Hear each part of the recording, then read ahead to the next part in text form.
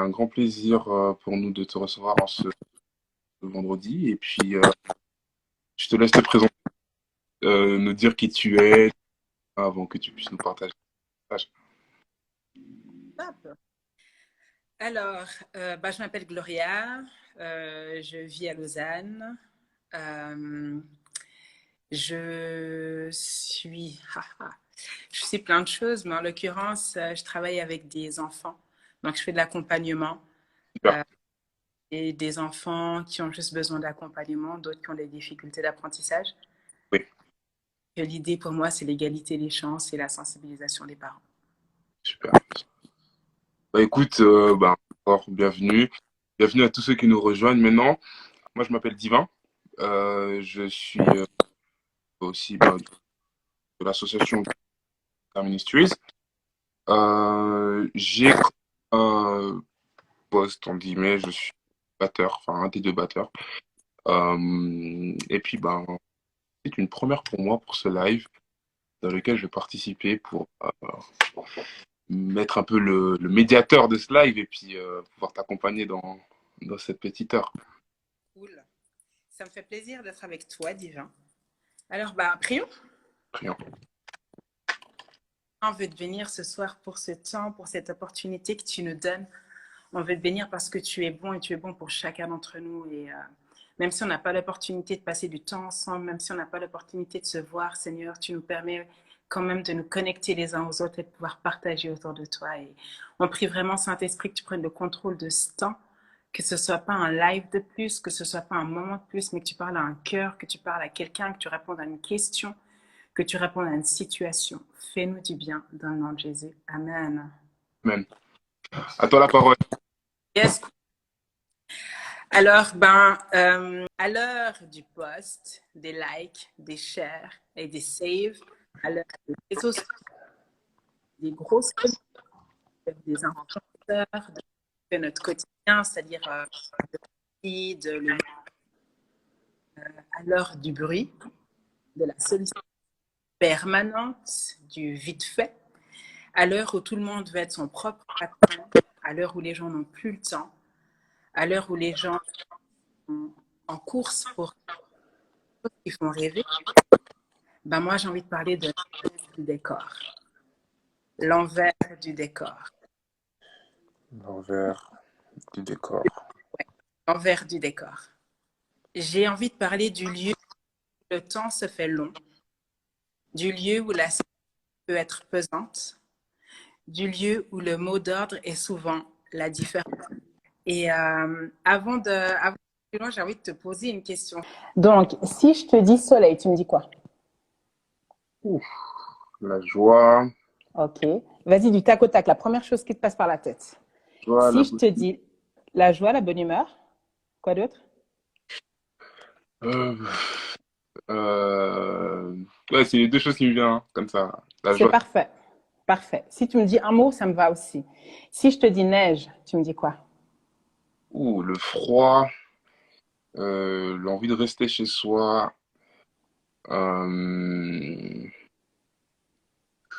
ouh, euh, ouais. Ok. Si je te dis Jordan, tu me dis quoi? Ouf, un grand joueur, une légende, euh, un exemple. Ok. Et si je te dis David, tu me dis quoi? Ouf, alors David, je pourrais dire un soldat, un, un type, un homme fort. Ok. Yes. Un homme fort, un soldat. Euh, Avant d'être celui qui fait tomber Goliath, avant d'être celui qui va apaiser Saoul quand il aura ses accès de folie, si je peux me permettre, avant d'être le roi de Juda et d'Israël, avant d'être celui à qui on veut ressembler, David, c'est le gars différent. Yes, Goliath. Avant d'être ce monsieur, ce roi, ce soldat, cet homme qui fait rêver quelque part, David, c'est d'abord un gars différent. C'est celui qu'on ne va pas inviter aux fêtes. c'est le gars qui est pas hyper populaire, même au sein de sa famille en fait. Il n'est pas populaire. D'ailleurs, son père reçoit Samuel et à l'époque, bah, c'est une personnalité publique. C'est un prophète, c'est l'homme qui parle avec Dieu, celui qui murmure dans l'oreille du roi.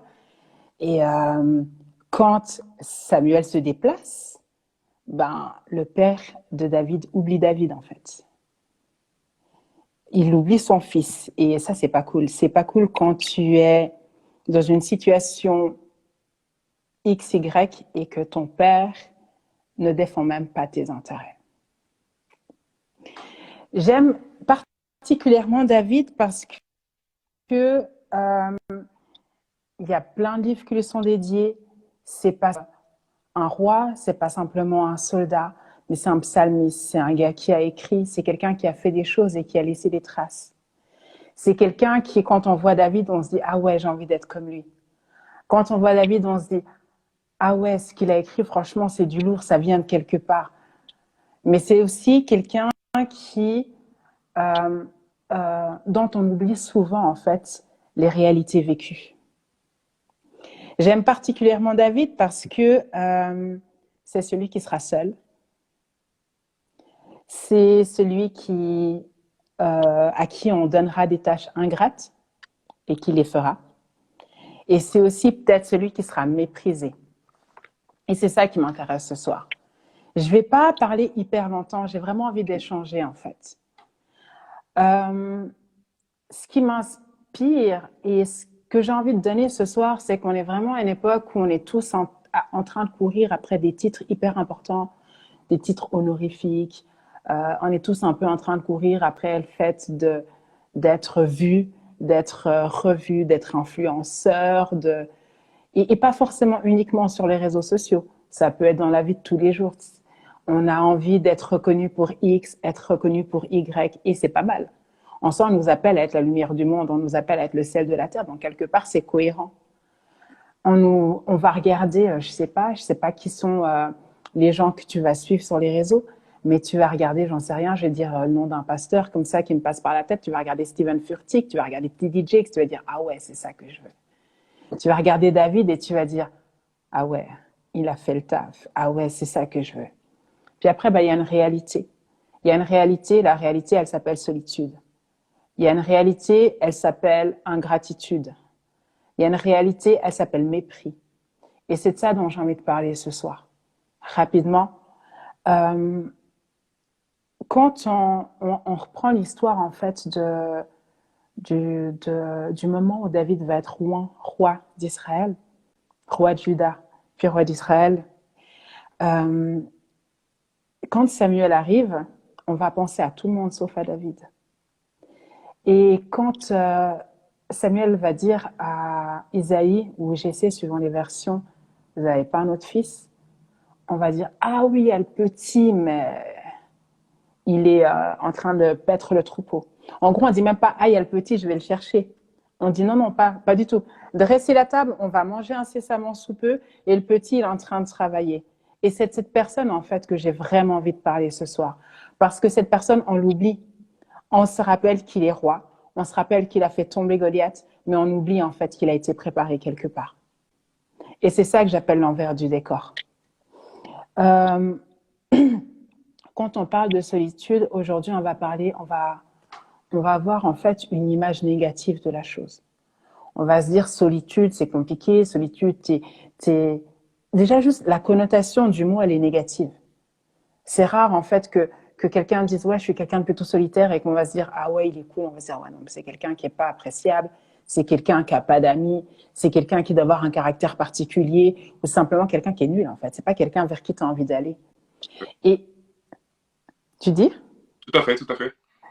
Et avec ça, en fait, c'est, j'ai envie de dire, une fausse vérité ou autrement un mensonge qui fait qu'on oublie que la solitude, en fait, c'est un lieu particulier, mais c'est un lieu béni. La solitude, c'est un lieu où tu peux créer. La solitude, c'est un lieu où tu peux entendre. Et parlons de David, dans sa solitude, parce que des moments de solitude, il en a eu. Hein. Je veux dire, là, je parle de l'avant de l'avant-rencontre avec Samuel, mais on peut parler de sa cavale aussi. Et ce que j'aime dans la solitude, c'est que David, il a su l'exploiter. Dans la solitude, il a écrit. Il a écrit des psaumes. Dans la solitude, il a appris à se connaître. Il a appris à se connaître lui-même et à apprécier qui il était. Ce qui fait que quand il va se retrouver face à Goliath, à aucune seconde, à aucun moment, le gars va trembler. Il a aucune question, il se pose aucune question sur son identité. Le gars, il est solide, il sait qui il est et il sait ce que Dieu a mis en lui. Donc à ce moment-là, il y a plus de questions qui se posent. Mais cette confiance, elle vient d'où? Elle vient de la solitude. De ces moments où il n'y a pas de bruit. De ces moments où c'est Dieu et toi. Et qu'est-ce qui se passe dans la solitude? Il a appris à faire de la présence de Dieu une présence suffisante. Et il y a un truc qui est réel aujourd'hui, c'est que quand tu n'es pas sollicité à gauche, à droite, en fait, quelque part, tu n'es personne. Et on a besoin d'être sollicité pour avoir l'impression d'avoir de la valeur. On a besoin de répondre à des invitations à gauche, à droite, etc., pour avoir l'impression de vivre, etc. Mais on a besoin d'avoir du monde autour de nous pour sentir exister, en fait. C'est le côté où, un peu où tu as l'impression que tu es populaire, etc., etc. Et, et quand la roue tourne, quand le vent tourne, ça devient compliqué. Et ce que David nous enseigne, lui, c'est que dans la solitude, il a appris à faire de la présence de Dieu son essentiel. Il était seul avec des animaux. Alors, je ne sais pas avec qui tu parles, quand tu es avec ton chien, quand tu es avec des moutons, mais lui, il s'est retrouvé avec des brebis et la seule présence qui faisait la diff et qui était importante pour lui, c'est la présence de Dieu. Il a appris à faire de cette présence son essentiel. Dans la solitude, il a appris à discerner du Seigneur. Il a appris à discerner la voix de Dieu. Tu sais, le monde, il va trop vite. Le monde, il va trop vite. Et quand tu es dans un environnement trop bruyant et que quelqu'un t'appelle, genre imagine on est dans une salle de concert, imagine on est à une fête et il y a quelqu'un, je dis bien, quelqu'un XY, pas forcément ta mère, c'est pas ton père, c'est pas ton frère ou ta sœur, c'est quelqu'un qui sait que tu t'appelles Divin et qui crie « Hé, Divin !» La réalité, c'est que tu es là, il y a plein de voix, je sais pas qui me parle. Et dans la solitude, en fait, David, il a appris à se dire « Ah ouais, ça, c'est la voix de mon maître. Ça, c'est la voix de mon père. Et je sais que quand c'est pas cette voix, c'est pas mon problème. » Et, et, et j'aime ça parce que la solitude, c'est pas un truc qui fait rêver aujourd'hui. Et c'est pas... Je sais pas si au début, je t'avais demandé, si je t'avais posé la question, si je te dis solitude, tu me dis quoi? Tu aurais répondu quoi? Euh, Seul, quelqu'un qui n'est pas, enfin, qui ne vit avec personne, livré à soi-même. Livré à soi-même. Et c'est fort parce que David, quand il est seul, il n'est pas livré à lui-même, en fait. Il est dans la présence la plus complète. Et c'est un truc complètement fou. Quand David est seul, il apprend à perfectionner son art. Si David n'avait pas été seul, s'il avait été entouré, s'il avait eu du bruit, des gens, s'il avait été comme ses frères, je sais pas, soldats par exemple, tu vois, parce que quand on va voir l'histoire de Goliath, tu vas voir que ses frères, ils sont au combat. S'il avait été comme tout le monde, en fait, il n'aurait jamais eu le temps de perfectionner son art comme il l'a fait. Et quand les démons vont tourmenter Saül, il fait recours à qui? La préparation, elle s'est faite dans la solitude. Et, euh, et dans la solitude, je pense que David a aussi appris la différence entre le nécessaire et le superflu. Tu sais de quoi tu as vraiment besoin pour évoluer. Tu sais de quoi tu as vraiment besoin pour vivre. Et tu sais en fait ce qui est de trop. Et ça, je pense que la solitude, en fait, elle te l'enseigne. Ça fait que quand tu es roi, tu perds pas ton temps à ce qui ne compte pas. Tu perds pas ton temps pour ce qui n'a pas de sens. Et c'est ce qui a manqué à Saül. C'est ce qui fait que il n'a pas la notion de la solitude. Il va aller faire des alliances avec des gens avec qui Dieu lui dit de ne pas faire d'alliance. Il a peur de la solitude. Et ça, c'est des choses, en fait, que je pense qu'il faut qu'on apprenne et qu'on entende aujourd'hui. On a tous envie d'être grands et j'insiste, on nous appelle à la grandeur. Mais on ne nous appelle pas à la grandeur sans préparation, en fait. La grandeur, elle a un prix. La grandeur, elle a un coût. Et un de ces prix, c'est la solitude. Je disais tout à l'heure qu'il y a les tâches ingrates et voire même l'ingratitude. Avec les tâches ingrates, David est devenu utile, voire indispensable. Avec les tâches ingrates, il a exercé ses mains au combat. Grâce aux tâches ingrates, il a appris à servir indépendamment de la condition et indépendamment des personnes qui sont en face de lui. Il s'agit de brebis. Grâce aux tâches ingrates, il a appris à valoriser chaque mission et à faire les choses simplement parce qu'il faut les faire et pas parce qu'elles rapportent quelque chose. Grâce aux tâches ingrates, il a appris à obéir. Et de nouveau, on est toujours un peu... et c'est humain.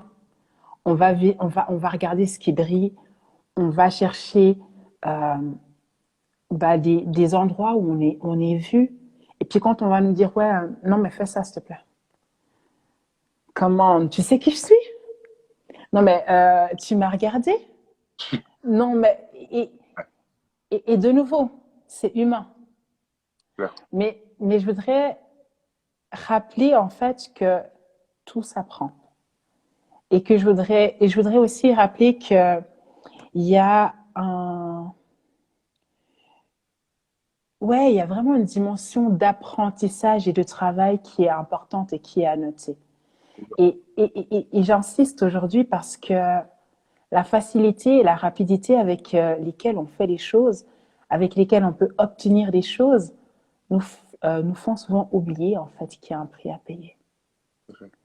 Et ce prix peut être très ingrat. Et j'ai noté aussi que l'envers du décor, c'est aussi, ça peut être, le mépris.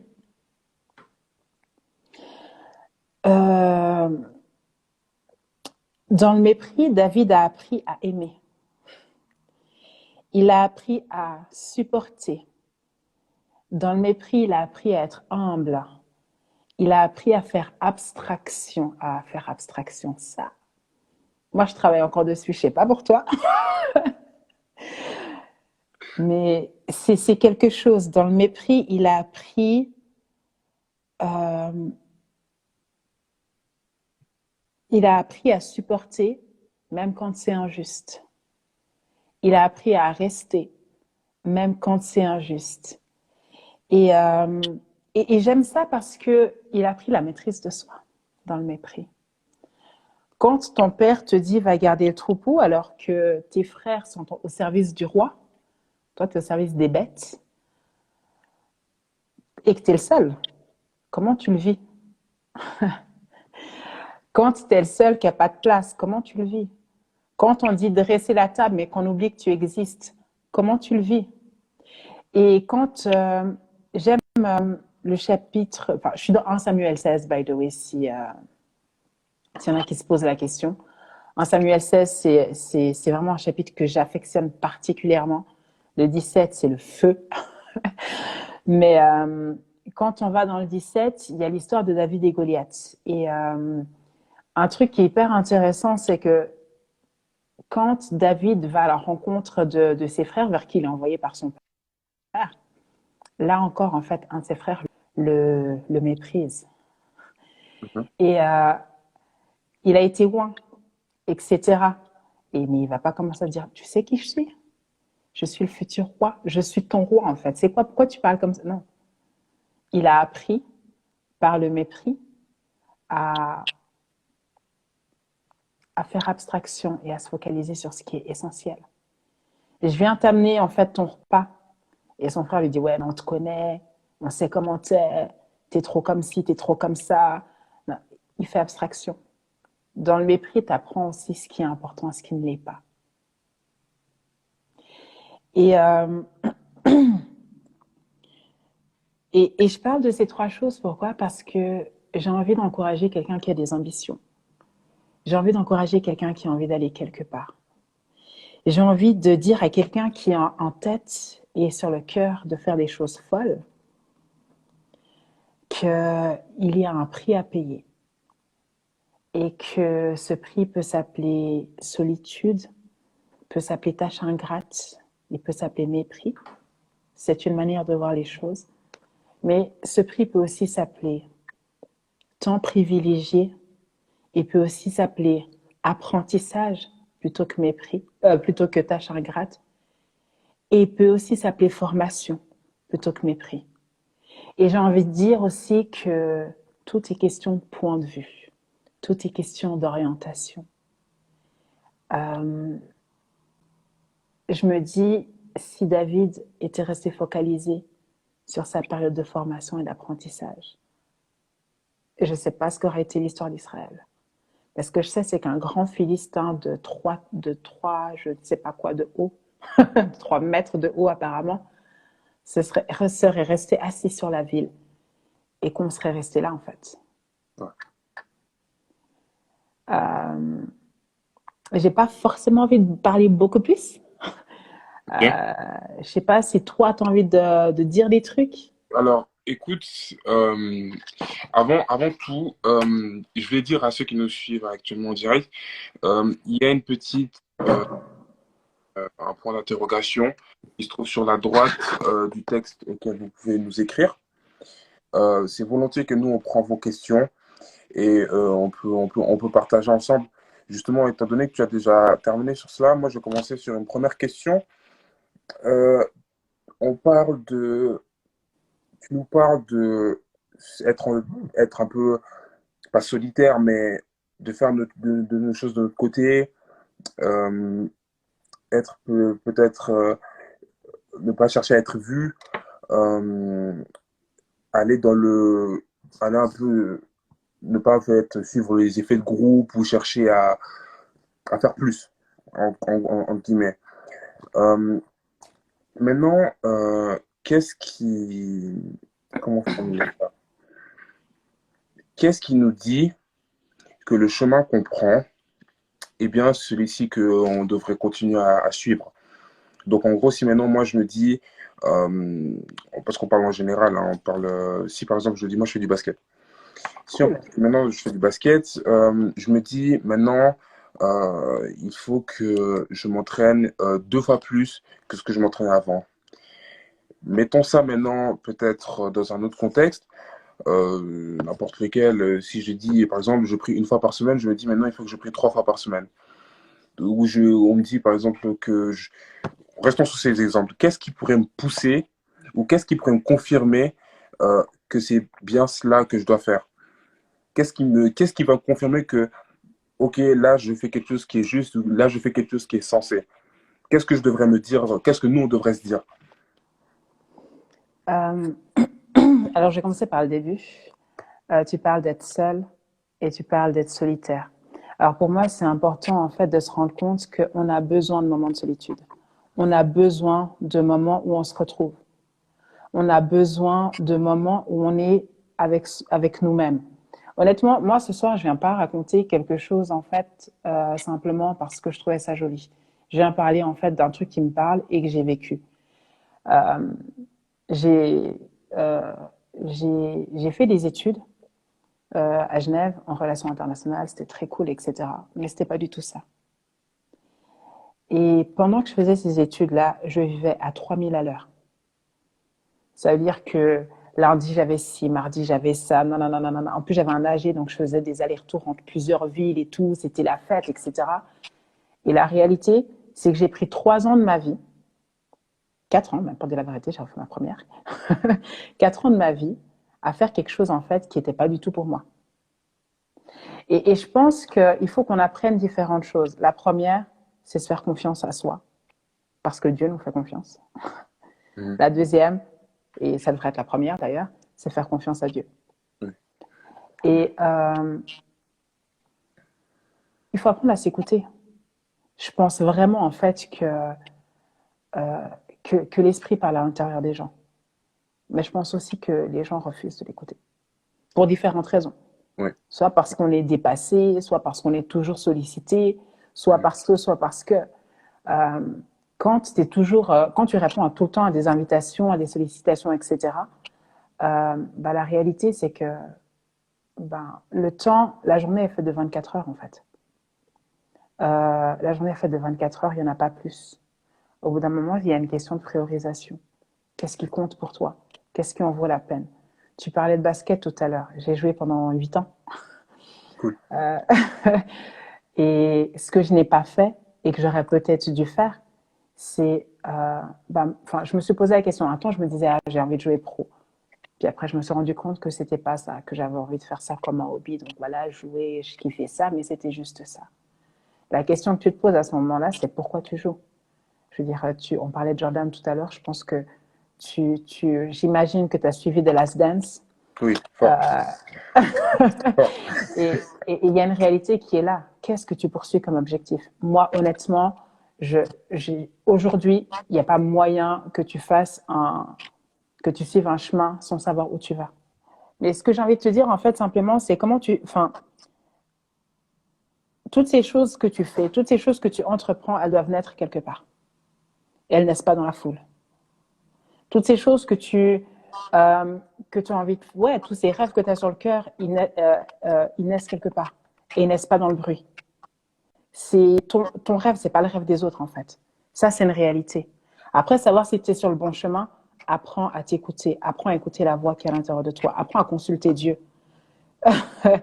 Apprends à consulter Dieu. Ça, c'est quelque Apprends chose à... qu'on fait. Ça, c'est une chose que nous, on oublie souvent, les jeunes, hein, c'est que on veut faire les choses à notre tête. Et des fois, bon, je sais qu'à l'époque, c'était moins facile, mais maintenant que les gens ont déjà un peu tracé le chemin, on essaie de suivre aussi le même chemin. Tu vois ce que je veux dire? Et on n'essaie pas de réfléchir et de se dire qu'au final, mince, est-ce que je suis vraiment dans les plans de Dieu? Est-ce que je suis vraiment ce chemin-là? On se le pose pas parce qu'on a déjà tout devant les yeux et bah, on n'a plus qu'à le faire. Mais au final, il n'y a rien qui nous garantit que c'est dans les plans de Dieu et que ça va bien s'accomplir. Hmm, c'est vrai. Ouais. Et j'ai envie de te dire aussi, un souci qu'on a, on parlait d'être seul, c'est que on a beaucoup trop de modèles déjà faits devant les yeux. Exact, exact. On va avoir, et c'est pas mal, hein, mais il faut savoir l'utiliser. Oui, Dans le sens où tu vas te retrouver dans une situation où tu vas vouloir réagir comme un tel a réagi.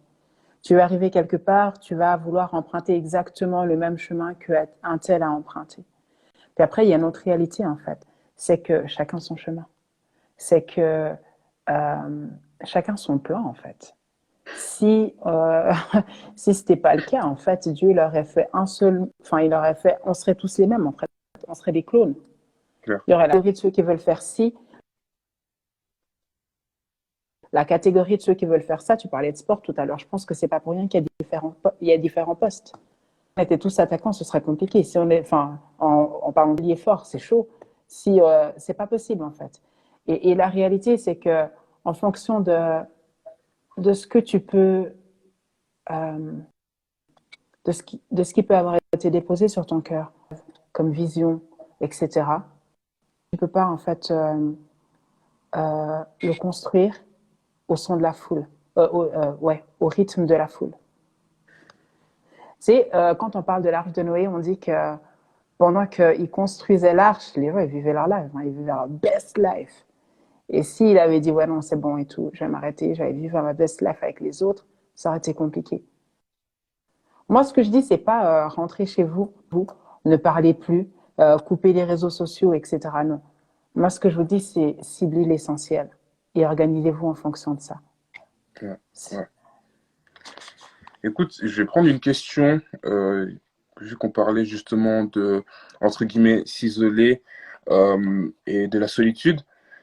Là, est-ce que tu vois la question? Là, j'ai Giovanni qui nous a dit comment faire pour que la solitude ne devienne pas une dépendance? Ma première question serait de te poser, enfin, serait de te demander qu'est-ce que tu vas chercher dans la solitude. Euh, je pense que si tu vas en solitude, enfin, si tu prends des temps pour toi, pour te ressourcer, des temps pour toi, pour entendre la voix de Dieu, des temps pour toi, pour simplement savoir où tu en es, parce qu'il faut arrêter, je veux dire, il y a trop ça dans l'église. On n'a tellement pas le temps pour nous qu'on fait tout et n'importe quoi, puis on ne sait pas ce qu'on fait, on ne sait pas où on va. Bah, je pense que si ces temps pour toi, tu ne les prends pas, euh, avancer, c'est compliqué. Après, la dépendance, euh, je pense que tout excès nuit. Mais je pense que si ce que tu vas principalement chercher dans tes temps, c'est la présence de Dieu, il ne va pas te laisser en fait t'enliser dans quelque chose qui est à l'encontre de ce que lui il Donc, veut pour toi. en gros, en gros, si on se comprend bien, être dans la solitude, c'est une bonne chose, mais il faut qu'il y ait un but derrière. Ben, être dans la solitude, tu sais, il y a un verset là qui me vient à la tête qui dit racheter le temps, car les jours sont mauvais. Et il y a un commentaire qui vient de passer qui dit c'est important de prendre du temps pour nous. Et ça, pour moi, c'est important. Il y a un autre verset qui dit, et ça me vient, enfin, je le dis comme ça et je vais faire le lien entre les choses. Hein. Il y a un autre verset qui dit aime ton prochain comme toi-même. Tu te construis pas, tu ne te construis pas au milieu de la foule. Tu n'apprends pas qui tu es au milieu de ta foule, de la foule. Et si tu ne te construis pas, si tu ne sais pas qui tu es, si tu blablabla, en fait, t'es pas inutile, mais tu es inefficace. Et ça, c'est des réalités, en fait. Et je pense pas qu'il puisse y avoir de vraie dépendance quand il y a un but derrière parce que tu vas pour une mission. Le but, c'est pas que tu restes enfermé dans ta chambre, en fait. C'est pas pour ça que tu as été emmené sur Terre. T'as pas été emmené sur Terre pour rester cloîtré entre quatre murs. Tu as été emmené sur Terre pour répondre à un besoin de Dieu, pour répondre à un besoin du monde. Et, euh, et pour ça, en fait, il faut sortir. Et ça, c'est la suite de l'histoire. Mhm. Mhm. Ok.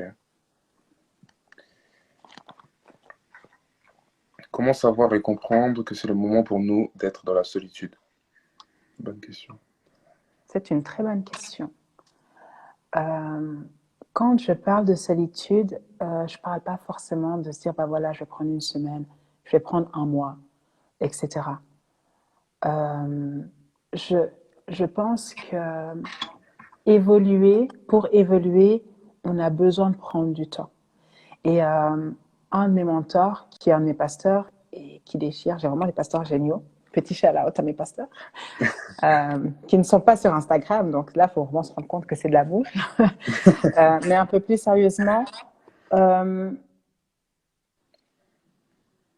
je pense que simplement chaque jour, d'avoir du temps pour toi, pour commencer la journée, c'est un début. Tu prends ton temps, parce qu'on rigole, tu vois, mais on va se dire, oui, non, j'ai commencé la journée, j'ai prié, blablabla, et ensuite j'ai fait. Mais est-ce que tu as pris le temps d'écouter la réponse? Est-ce que tu as pris le temps de savoir vers quoi tu allais? Est-ce que tu as pris le temps de planifier et de. Je pense que il y a plein de signaux. Bêtement, quand tu te rends compte que ça va plus, arrête-toi, prends du temps. Quand tu te rends compte que tu es dépassé, arrête-toi, prends du temps. Quand tu te rends compte que tu sais pas où tu vas, arrête-toi, prends du temps. Et quand tu te rends compte que ça va bien et que tu veux développer, peut être un...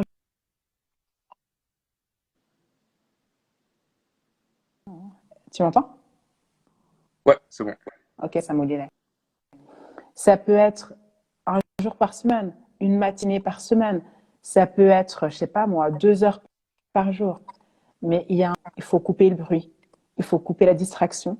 Il faut couper les sollicitations extérieures. Et il faut se focaliser, en fait. Il faut retourner à la source. Et Mm. après, je pense qu'on a tous des besoins différents. Euh, Enfin, genre, il y a des gens qui ont besoin de ça au quotidien. Et il y a des gens qui auront besoin de ça une fois par semaine, une fois par mois. On est vraiment tous différents. Mais je pense qu'il faut vraiment observer les situations dans lesquelles on se trouve et arrêter de croire, en fait, que quand ça va pas, c'est normal. Ouais. C'est souvent ce qu'on se dit, hein. Quand ça va pas, c'est normal.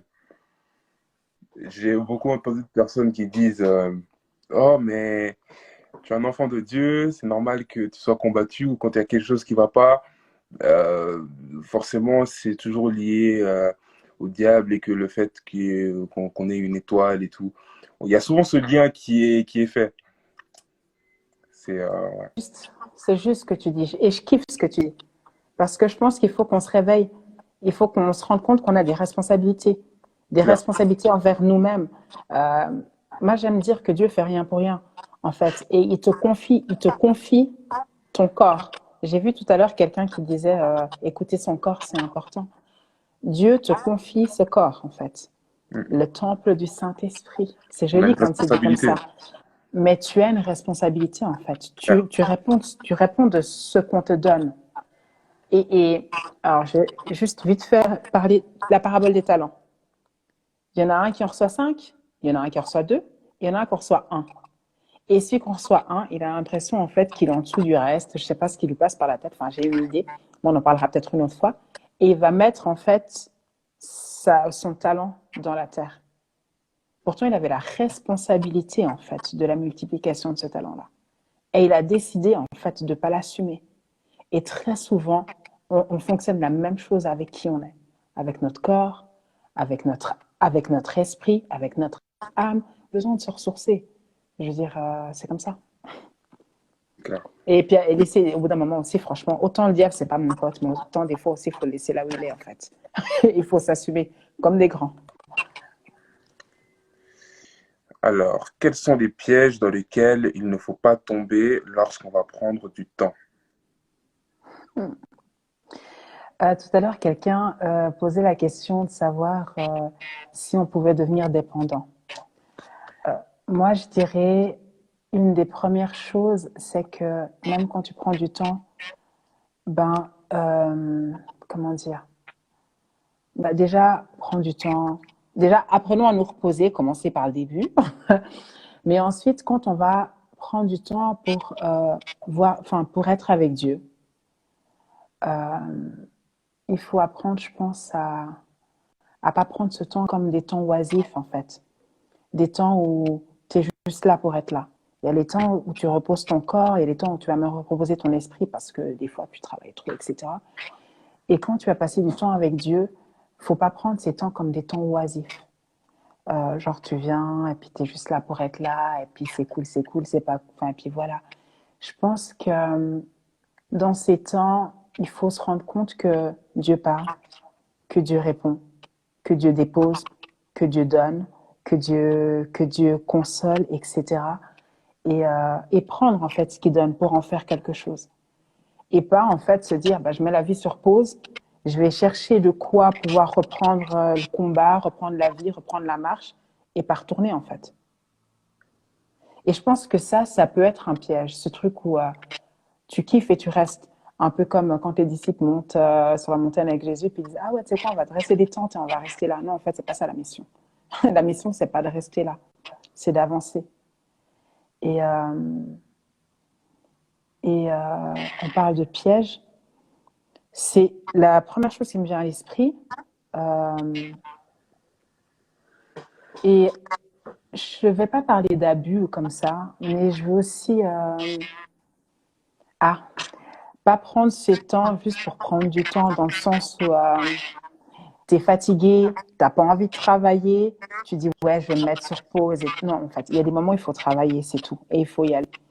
Et il faut pas, ouais, faut vraiment pas que ce soit de la oisiveté. Ça, pour moi, c'est vraiment important. C'est des temps où tu te ressources, c'est des temps où tu reçois, mais c'est pas des temps où tu vas juste passer du temps. Ok. Je sais pas si je réponds, franche. Alors, je vais vite prendre la question de Ganili. Quel conseil donnerais-tu à la personne qui justement a tout ce qu'il faut pour être seule, mais n'arrive pas à faire ce qu'il faut chercher pour chercher Dieu? C'est une excellente question. C'est, je pense, une des meilleures questions à poser en 2020. Parce qu'en Déconnecte-toi. vrai, excuse-moi de te couper la parole, Ouais. mais en vrai, j'ai l'impression que maintenant on commence à comprendre qu'il faut faire des choses dans le secret, qu'il faut faire comme on dit, il faut faire nos bails de notre côté, euh, qu'il faut qu'on soit un peu plus discret avant de pouvoir le montrer à tout le monde. Mais des fois, on se dit, mais même en le faisant, il y a quelque chose qui accroche. Et ça rejoint un peu ce qu'il dit Ganelli. Alors, je vais d'abord répondre à ce que tu dis et ensuite je vais aller dans le sens de la question comme je l'ai compris. Ouais, Si c'est pas ça, ouais, il ne faut pas hésiter à me ouais. faire nos choses dans le secret. Moi, je pense que ça sert à rien de trop parler simplement. Après, Mhm. je ne suis plus trop, euh, pour être honnête, dans un truc où je me dis ouais non, je vais me cacher parce que ceci, parce que cela. Non, ça c'était avant, c'est plus le cas. Je pense que il faut simplement faire les choses pour la raison pour laquelle on te demande de les faire. Ouais, Et, et des fois, bah, ça va demander en fait à ce que tu sois seul. oui, Et plus que de le faire dans le secret, euh, prends ton temps pour toi pour pas être dévié de ta route en fait. Ça pour moi c'est important, c'est vraiment ça. C'est genre, imagine, toi tu parlais de basket tout à l'heure, si tu dis je veux jouer plus, bah, tu vas peut-être avoir besoin d'y aller avec quelqu'un pour, je sais pas, pour pouvoir vous entraîner à deux, machin. Puis il y a peut-être un moment où il va peut-être falloir que tu sois seul. Parce que bah, quand vous êtes deux, bah, tu perds du temps, tu t'entraînes pas autant que tu l'aurais fait si tu avais été seul, etc. Et ça, pour moi, il faut vraiment s'en rendre compte, en fait. Je pense qu'être seul, c'est pas juste être seul pour être seul, c'est vraiment quand on est seul, on réalise aussi pourquoi on est seul. Il y a un but derrière. Et pour répondre à la question du conseil que je donnerais, avant tout, c'est se déconnecter. C'est se déconnecter. Euh, on est over-connecté, on est over-sollicité. Et on aime beaucoup le cliché du oui, à la place de ta Bible, tu as ouvert Instagram. Moi, j'aimerais qu'on aille plus loin, en fait. Même dans nos pensées, on est tout le temps en réflexion. Tu vas commencer à chercher à prier et tu vas avoir des idées par-ci, des idées par-là. C'est le seul moment, comme par hasard, où ton inspiration, elle est au top. Et on disait tout à l'heure, en fait, que bah, dans ces moments, David, il a reçu des choses extraordinaires et qu'il a expérimenté des choses extraordinaires. Il a écrit, il a peaufiné son art, il a appris à se connaître, etc. Je pense qu'un conseil que je donnerais, au-delà de la déconnexion, c'est de ne pas se mettre de pression. On est beaucoup trop dans des histoires de comparaison. On a tellement accès à ce que tout le monde fait qu'on oublie en fait qu'on est une personne à part et que on est peut-être à un stade différent ou alors qu'on est peut-être dans une démarche différente ou peut-être que Dieu veut simplement nous parler différemment. J'ai envie de te dire, mets-toi pas de pression, mais cherche-le. Et puis au bout d'un moment, on est, on est super chacun comme on a été créé, mais on n'est pas des super je ne sais pas quoi. C'est-à-dire que bah, si tu n'y arrives pas, sois honnête. Moi, ça m'arrive aussi de me poser et de dire, ouais, bon, en fait, c'est hyper cool, j'essaie de prier, il n'y a rien, j'essaie d'entendre, j'entends rien, j'ai l'impression que je perds mon temps. Et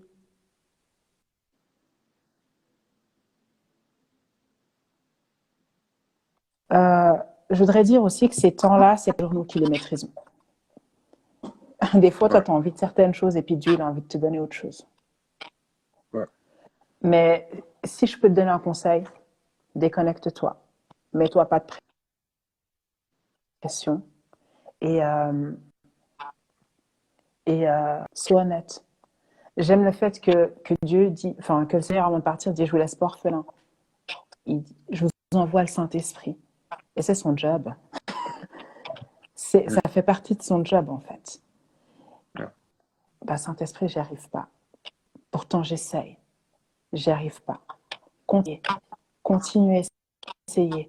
Puis, bah, au pire, ouvre ta Bible. Ouvre ta Bible, lis un verset. J'aime pas trop dire un verset au bol, mais lis un verset qui te parle. Lis un verset qui te fait du bien. Et demande-lui de te parler par rapport à ça. Cherche peut-être à prier par rapport à ça. Et, euh, et écoute. Et n'aie pas peur du silence. On est aussi dans cette culture où on a l'impression en fait qu'il faut qu'il y ait tout le temps du... où il faut que les murs tremblent tout le temps pour avoir l'impression que Dieu est là. Puis des fois, en fait, c'est juste calme. Des fois, il se passe juste rien, en fait. Mais Dieu, il est là. Il travaille ton cœur, il travaille ton caractère, et toi, tu as l'impression qu'il se passe rien. J'ai envie de dire, des fois, il faut accepter les choses comme elles sont et accepter que c'est pas toi qui conduis les moments. Mais j'ai aussi envie de t'encourager à essayer, en fait, et pas dire j'y arrive pas. Et du coup, de mettre ces moments, en fait, à la trappe. Mais continue, pas d'essayer, mais continue de le faire, indépendamment de ce qui s'y passe.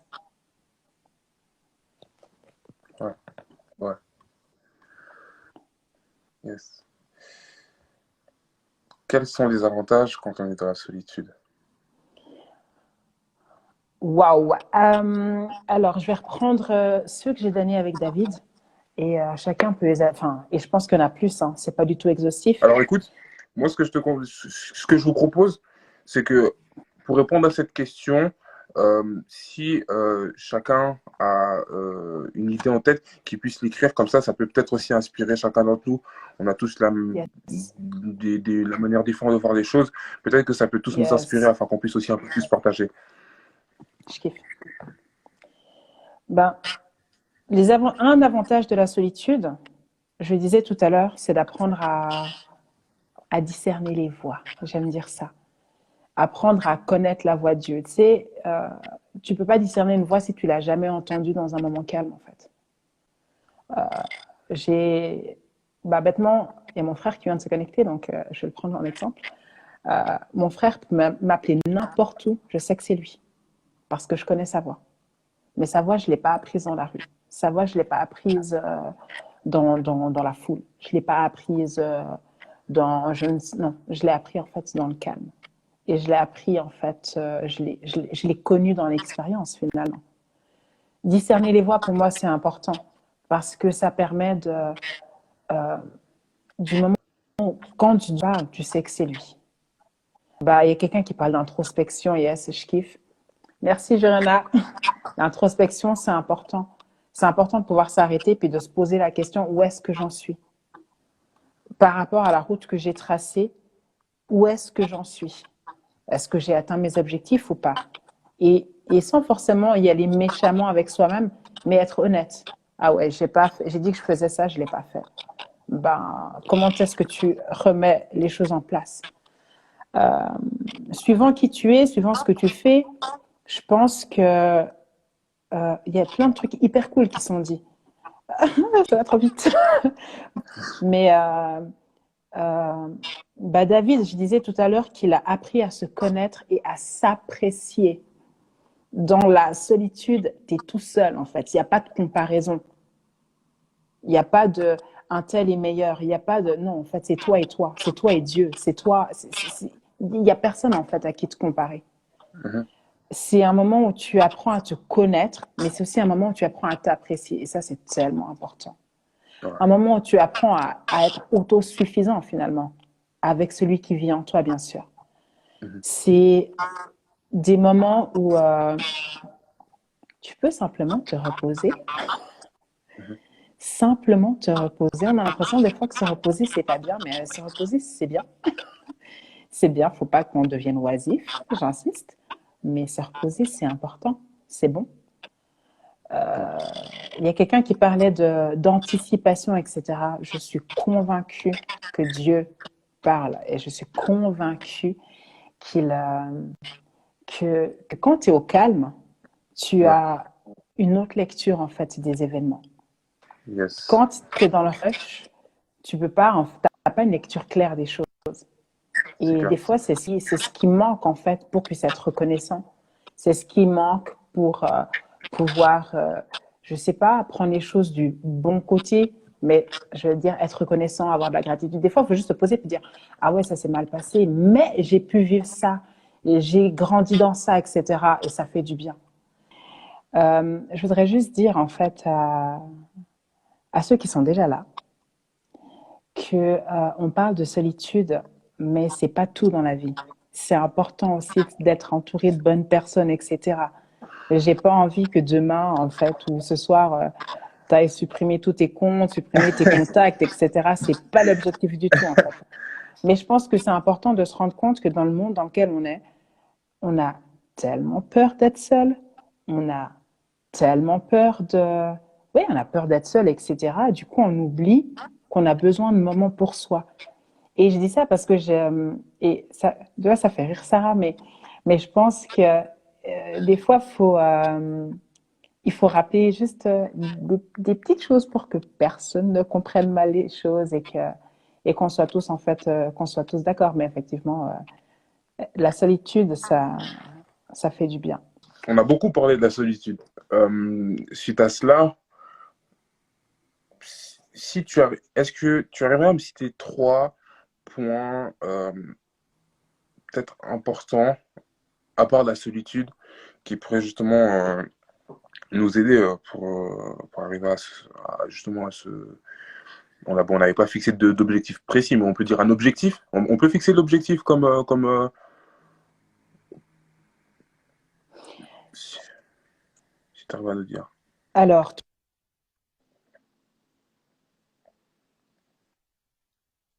je dirais euh, accepter d'apprendre. Ok, ouais, Accepter d'apprendre. Ça veut dire ben, apprendre avec, enfin auprès de certaines personnes. Hein, je veux dire, il y a des gens qui, bah, tout à l'heure je disais chacun son chemin, mais il y a aussi des gens qui sont passés par là où on veut passer et qui pourront en fait nous dire ouais non en fait prends pas cette route, je l'ai prise, ça m'a fait perdre 4 heures, 4 ans, 10 ans, fais pas ça. Accepter d'apprendre, accepter d'écouter, c'est toujours dans le même ordre d'idées. Accepter, ouais, accepter d'être corrigé aussi, ça pique. oui, Ça pique. Pour ma part et pour ce qui est de mon expérience, le mentorat, ça marche bien. oui, Euh, je, enfin, j'ai quelqu'un qui me suit, etc. Et j'aime. Quelqu'un disait apprendre des erreurs des autres, effectivement. mhm, Euh, il y a une réalité aussi qui est savoir s'entourer. Savoir s'entourer de bonnes personnes. Savoir s'entourer de gens qui vont dans la même direction que nous. Savoir s'entourer de gens qui ont la même vision que nous. Euh, Très souvent, malheureusement, on aime ce truc où on est un peu au-dessus des autres. Et ça nous donne un petit sentiment de pouvoir et de valeur, etc. Et la réalité, c'est que savoir s'entourer, ça veut aussi dire s'entourer de gens qui sont plus grands que nous, sur les pas desquels on va pouvoir marcher, de gens qui ont plus que nous, des gens qui en savent plus que nous, des gens qui vont nous corriger, des gens avec qui ça va piquer en fait. Et je pense que savoir s'entourer, c'est euh, beaucoup. cool, C'est beaucoup. mhm, Euh, je dirais, tout à l'heure je parlais de solitude, mais il y a aussi la gestion du temps. Ça, pour moi, c'était tellement compliqué. Je suis toujours en train de me battre avec. Mais la gestion du temps, c'est une réalité. On a tendance à croire, à tort, pardonnez-moi, ce que je vais choquer en disant ça, mais on a tendance à croire, à tort, en fait, que tu peux répondre à toutes les invitations et avoir tes projets qui évoluent, en fait. Ça marche pas. On a tendance à croire que tu peux simplement aller à l'église du lundi au dimanche, tous les soirs, etc., et que tes projets vont avancer. En fait, ça marche pas. Euh, euh, on a tous 24 heures, en fait. Et savoir gérer son temps, c'est important. Savoir dans quoi tu mets du temps, c'est important. Savoir dans quoi tu mets de l'énergie aussi, c'est important pour, euh, pour atteindre son objectif. Et il y a quelque chose, en fait, qui m'a énormément marqué, que TD Jakes disait, c'est savoir pour qui tu le fais, en dehors de pourquoi. C'est-à-dire que suivant qui tu vises, suivant ce que tu vises, euh, tous les bruits sont, enfin tous les retours en fait ne seront pas pertinents. Alors je dis pas qu'il faut pas écouter les gens, c'est pas du tout ce que je dis. Je dis pas qu'il faut pas écouter les conseils, etc. Mais je pense qu'il faut aussi savoir qui est-ce qu'on écoute et savoir quoi faire des retours. Et pour la petite histoire, en fait, T.D. Jakes raconte un moment de son ministère qui était compliqué et où il voulait arrêter. Et, euh, et il dit, à ce moment-là, en fait, le Seigneur lui envoie une femme qui vient à l'église et qui lui dit, à cette époque-là, il était très critiqué aussi. La femme lui dit, euh, si vous n'étiez pas là, si vous ne prêchiez pas, aujourd'hui, je serais morte, en fait. J'ai perdu un enfant, j'ai vécu avec un enfant mort dans mon ventre pendant longtemps, j'ai été à l'hôpital pendant X temps, ça s'est pas très bien passé. Mais c'est parce que j'ai entendu la parole de Dieu que vous prêchiez que j'ai réussi à m'accrocher. Et elle finira par lui dire, vous ne prêchez pas pour eux, vous prêchez pour nous. Et là-dessus, j'ai envie de dire, savoir pour qui, enfin, qui est-ce qu'on est appelé à servir, en fait. Qui est-ce qu'on est appelé à servir? Si les gens, c'est pas des gens que Dieu met sur ta route, en fait, c'est pas trop de gens, en fait, sur lesquels il faut s'attarder. Si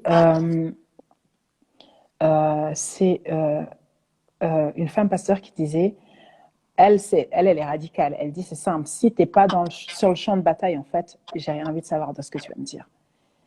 Et, euh, et de là, j'ai envie de dire, savoir ce qu'on écoute, savoir qui est-ce qu'on écoute, de quoi est-ce qu'on se nourrit. Puis après, faut pas se mentir, hein, il faut travailler. Il faut travailler. Euh, David, quand il est tout seul, en fait, une des choses qu'il fait, c'est travailler. Il Mhm. travaille. Donc, on souhaite aussi, ce qui est important, c'est que même si on est seul, notre, notre niveau de discipline et aussi au niveau de notre travail, il ne doit pas changer que quand c'est à la vue des gens aussi, si on peut se dire comme ça. En fait, le résultat de ce que tu produis en public vient de ce que tu as fait en privé. En privé, exact, ouais, ouais. Et y a pas, tu peux pas mentir, en fait. Tu peux pas mentir là-dessus. Tu peux pas. Je veux dire, on est tous allés à l'école à un moment ou à un autre. On a tous essayé à des moments ou à un autre de ne pas lire des livres et puis de restituer quelque chose. Non, en fait, si t'as pas travaillé, t'as pas travaillé. Ok, ouais, Et ouais. la réalité de vouloir produire un résultat quand t'as pas travaillé en amont, c'est que tu triches. Clair, ouais. C'est pas que scolaire, c'est dans la vie de tous les jours, De tous c'est une les jours, réalité. Ouais. on s'entend, ouais, clair. Je vais prendre encore les autres questions.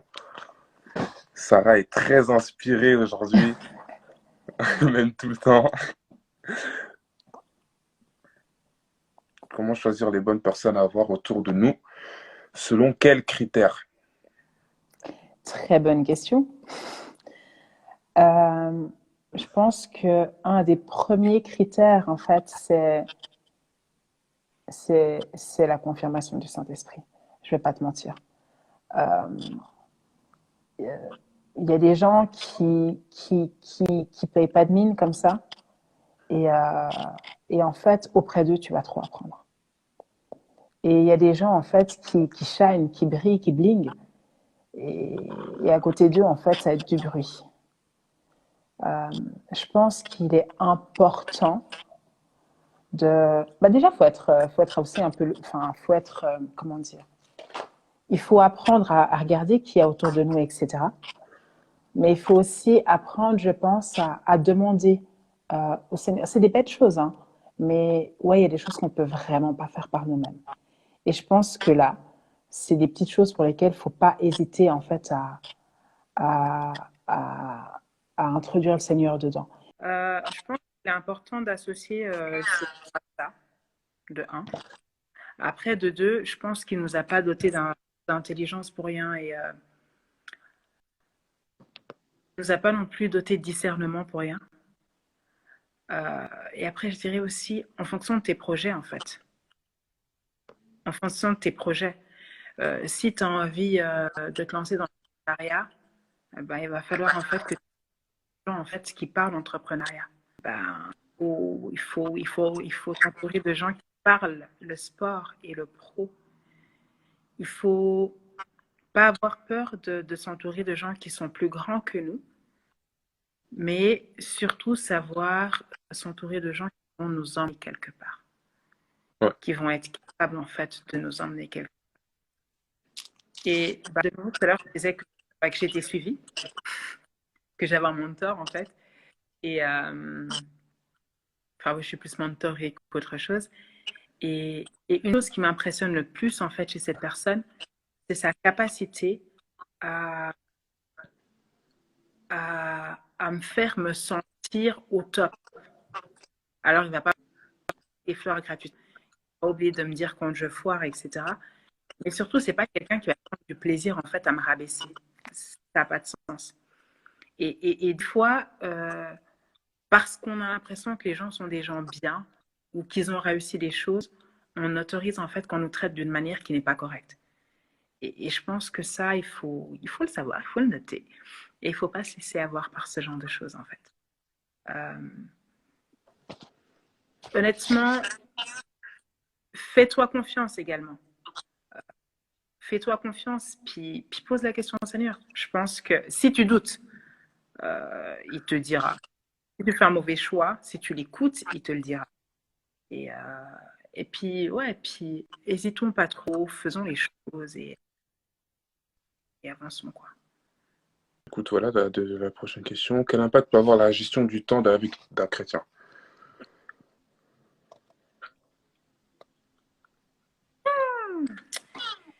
Temps, enfin, la Bible dit, et j'en ai également, et, et il dit que c'est pas les plus forts qui vont s'en sortir, etc.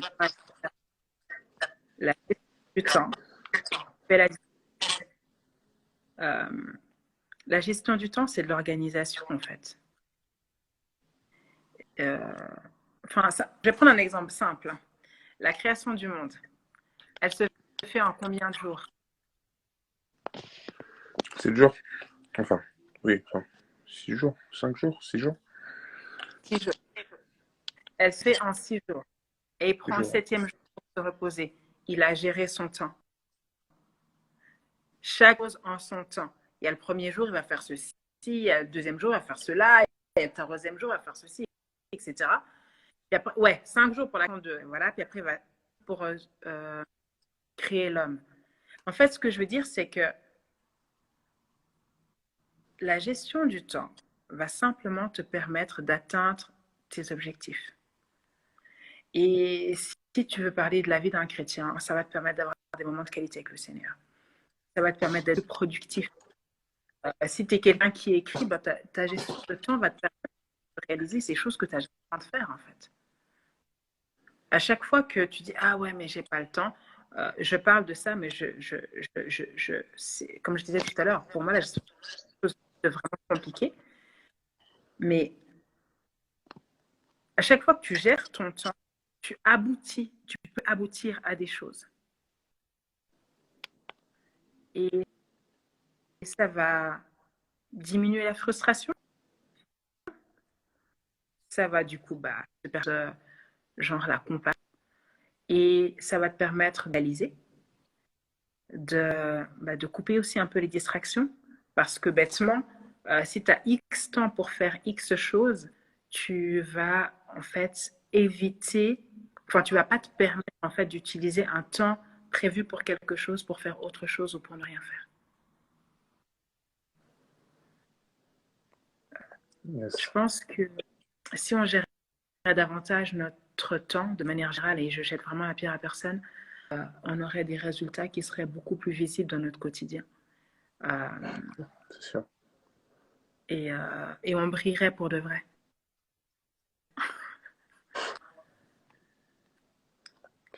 Quels sont les risques et les dangers lorsque nous refusons de prendre du temps seul avec Dieu? D'avancer dans le noir, d'avancer dans le noir, Ça de, se suit, hein? de faire les mauvais choix, Mhm. de tout faire à notre propre force. Ouais. Euh, il y a... En fait, après, au bout d'un moment, c'est savoir en fait ce que tu veux et pour ce que tu veux faire et pour qui tu veux le faire. Pour qui, surtout? Pour qui tu veux le faire, ouais. Et tu peux pas en fait ne pas associer Dieu à ce que tu fais et t'attendre en fait à un résultat venant de lui en fait dans ce que tu fais. L'échec en fait. Mhm. Les risques, c'est de taper à côté. Mhm. Et, et quand je dis l'échec, c'est pas forcément c'est la catastrophe, etc. Mais c'est simplement c'est pas ce que tu aurais dû faire. Ouais, Mais, mais ça c'est marche pas. cool ce que tu fais. Mais Mhm. c'est pas ça. Ouais. Il faut éviter. À Et tu perds éviter. beaucoup de temps. Tu perds beaucoup de temps. Honnêtement, C'est ça? tu perds énormément de temps. Il y a des révélations que tu vas recevoir, il y a des idées que tu vas recevoir, tu vas gagner en temps, il va te poser des gens, connexion divine. Il y a tellement de choses qui se font. Mais si tu ne l'associes pas, tu passes à côté de beaucoup de choses, tu perds beaucoup de temps. C'est clair. Selon toi, la solitude doit-elle avoir des périodes? Doit-elle être constante? C'est une bonne question. Je vais te répondre. Alors, mon mentor me dit un jour, il faut que tu prennes en tout cas 2 heures par semaine, voire un après-midi, où tu fais rien. C'est-à-dire que tu réponds pas au téléphone, etc. Et, et en fonction de cette réponse-là, j'ai envie de te dire, il faut elle soit régulière en fait. Tu parlais de Ouais. constance, il faut que ce soit régulier en fait. Il faut que tu puisses aller te ressourcer, réfléchir à tes idées, euh, évaluer tes résultats de manière plus ou moins longue. Il y a des moments où tu en auras plus besoin en fait. Il y a des moments où tu as besoin que ce soit plus long. Tu as des moments où c'était dans une période spéciale. Puis là, il faut prendre des temps particuliers. C'est peut-être pas juste 2 heures, c'est peut-être pas un après-midi, mais ça va être, je sais pas moi, plus long, plus conséquent. Ouais. Mais tes 2 réponses sont justes, selon moi. Yes. Super.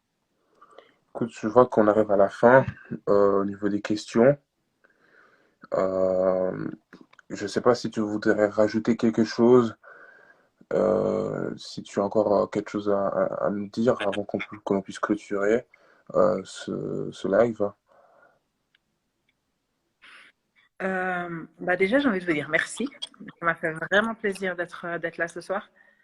Euh, je découvre la technologie, n'est-ce pas? C'est cool de découvrir la technologie avec vous. Euh, et j'ai envie de dire quoi? J'ai envie de dire en fait, ouais, qu'il faut rêver grand, mais qu'il faut être à payer le prix. Et que le prix a facettes, mais qu'au final, en fait, ben, on en ressort grandi, on en ressort satisfait, on en ressort heureux, on en ressort avec des vies. Euh, voilà. Et bêtement, je vais prendre un dernier exemple et je vais arrêter. C'est l'exemple du Seigneur, en fait. Euh, Moi, je peux dire tout ce que je veux. Euh, le Seigneur lui-même, en fait, il, il prenait des temps réguliers, pardon. Tu verras quotidiennement, il va s'éloigner. Il va dire aux disciples, allez-y, j'arrive. Il va se lever plus tôt parce que c'est des moments où il peut être seul. Euh, ouais, j'ai envie d'encourager tout le monde en fait à y aller, de croire en ce qu'il a, à croire en ses rêves, à croire, mais être prêt à taffer derrière, être prêt à payer le prix et Être être prêt à prêt payer à le prix. associer la bonne personne avant d'associer les bonnes personnes. Yes. Yes. Bah, écoute, moi aussi, au nom de tous ceux qui sont vers Arrow Ministries, on te dit merci. C'était vraiment très enrichissant. J'ai beaucoup apprécié parce qu'on a pu partager. Ce n'était pas seulement une simple parole ou un simple message. On a pu vraiment échanger, partager nos avis. Et puis je pense que ça a rajouté un plus à chacun d'entre nous. Je pense, moi en tout cas, de mon côté, j'ai pu voir aussi certaines choses d'un autre œil. Et je te remercie pour cela. Et merci aussi à tous ceux qui nous ont suivis parce que il y a eu des commentaires très pertinents et vous avez aussi joué le jeu de partager. Et c'est aussi le but de nos lives. c'est que justement on puisse partager, pas seulement recevoir une parole, mais aussi qu'on puisse échanger chacun d'entre nous. Je pense que c'est aussi très important dans entre jeunes. Dans les réseaux sociaux, des fois, on est un peu complexé de dire certaines choses et il faut qu'on puisse être ouvert à partager cela et j'ai beaucoup apprécié cela. Et je te dis encore merci pour cela. Écoutez, merci à tous d'avoir été présents ce soir. Et merci encore, je dis merci encore, je crois 10 fois aujourd'hui. Mais c'est important de vous remercier parce que ça nous encourage tous à continuer ce que l'on fait. Et j'espère que ça vous a tous apporté quelque chose. Puis c'est sur ces quelques phrases que je vous dis, je vous souhaite une belle soirée et que Dieu vous bénisse abondamment. Gros bisous, ciao ciao.